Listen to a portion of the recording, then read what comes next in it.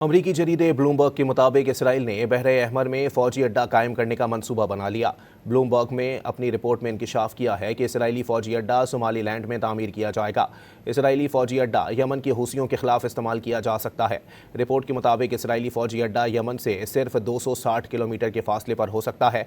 हाल ही में इसराइल ने मुतनाज़ा सोमालीलैंड को बतौर आज़ाद रियासत तस्लीम किया था, जबकि सोमालीलैंड ने इसराइल को कई बार अपनी सरजमीन के स्ट्रेटेजिक इस्तेमाल की पेशकश भी की थी।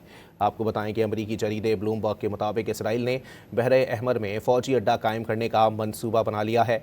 ब्लूमबर्ग ने अपनी रिपोर्ट में इंकशाफ किया है कि इसराइली फौजी अड्डा सोमालीलैंड में तामीर किया जाएगा। इसराइली फौजी अड्डा यमन के हूसियों के खिलाफ इस्तेमाल किया जा सकता है। रिपोर्ट के मुताबिक इसराइली फौजी अड्डा यमन से सिर्फ 260 किलोमीटर के फासले पर हो सकता है।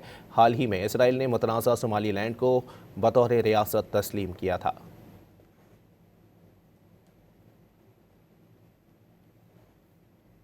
अमरीकी जरीदे ब्लूमबर्ग के मुताबिक इसराइल ने बहरे अहमर में फौजी अड्डा कायम करने का मंसूबा बना लिया।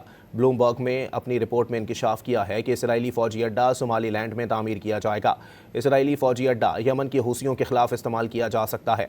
रिपोर्ट के मुताबिक इसराइली फौजी अड्डा यमन से सिर्फ 260 किलोमीटर के फासले पर हो सकता है।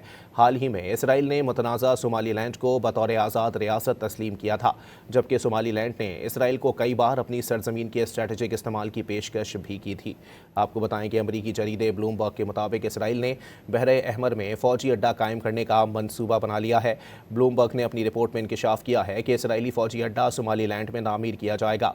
इसराइली फौजी अड्डा यमन के हूसियों के खिलाफ इस्तेमाल किया जा सकता है। रिपोर्ट के मुताबिक इसराइली फौजी अड्डा यमन से सिर्फ 260 किलोमीटर के फासले पर हो सकता है।